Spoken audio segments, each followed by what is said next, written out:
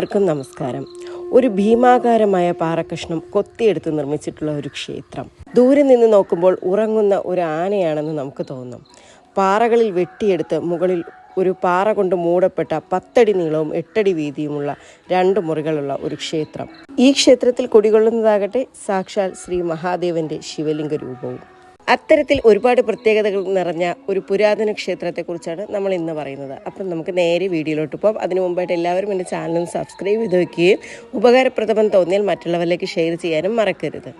മലയാളത്തിൻ്റെ കൾട്രിക്കോവിൽ എന്ന് അറിയപ്പെടുന്ന കോട്ടുക്കൽ ഗുഹാക്ഷേത്രം AD 6-ാം നൂറ്റാണ്ടിനും 8-ാം നൂറ്റാണ്ടിനും ഇടയിൽ നിർമ്മിച്ച പാറയിൽ കൊത്തിയുണ്ടാക്കിയ വാസ്തുവിദ്യയുടെ നിലവിലുള്ള ഒരു ഉദാഹരണമാണ് ഈ ക്ഷേത്രം.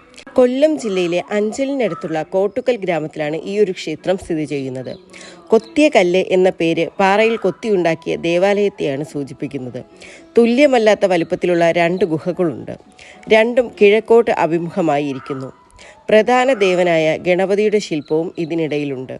ചെറിയ ഗുഹയിൽ ഹനുമാന്റെ വിഗ്രഹവും വലിയ ഗുഹയിൽ ഒരു ഏകശിലാ രൂപത്തിലുള്ള നന്ദികേശനെയും കാണാം. ഈ ക്ഷേത്രത്തിൽ ശിവലിംഗ രൂപത്തിലാണ് മഹാദേവൻ കുടികൊള്ളുന്നത്. AD 7-ാം നൂറ്റാണ്ടിൽ ചടയമംഗലം ഭരിച്ചിരുന്ന നെടില പരാന്തക നെടുംതടയൻ പാറ വെട്ടിയാണ് ഈ ക്ഷേത്രം നിർമ്മിച്ചത് എന്ന് ഇതിൻ്റെ ഉത്ഭവം അങ്ങനെയാണെന്നും ചരിത്രകാരന്മാർ പറയുന്നു. ഇപ്പോൾ ഇത് വലിയൊരു നെൽവയലുകളുടെ മധ്യത്തിലായാണ് സ്ഥിതി ചെയ്യുന്നത്. തിരുവിതാംകൂർ ദേവസ്വം ബോർഡിൻ്റെ കീഴിലാണ് ദൈനംദിന ആചാരങ്ങൾ നടക്കുന്നത്. പ്രദേശത്തിൻ്റെ ശാന്തതയും ഭംഗിയും സഞ്ചാരികളെ ആകർഷിക്കുന്നു. അതിനാൽ തന്നെ ദിവസേന 100 കണക്കിന് സഞ്ചാരികളാണ് അറിഞ്ഞുകേട്ട് ഈ ഒരു ക്ഷേത്രത്തിലേക്ക് എത്തുന്നത്. കൊല്ലത്ത് നിന്ന് 45 കിലോമീറ്റർ സഞ്ചരിച്ചാൽ ഈ ഒരു ക്ഷേത്രത്തിലേക്ക് എത്തിച്ചേരാം.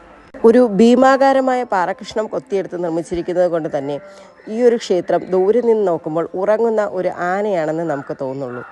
ഏകദേശം 10 അടി നീളവും 8 അടി വീതിയുമുള്ള 2 മുറികളുള്ളതാണ് ഈ ഒരു ക്ഷേത്രം. വളരെയധികം ഭംഗികളുള്ള ഈ ഒരു ക്ഷേത്രത്തിലേക്ക് ഒരിക്കലെങ്കിലും പോകാൻ ആഗ്രഹിക്കാത്തവരായി ആരും തന്നെയില്ല.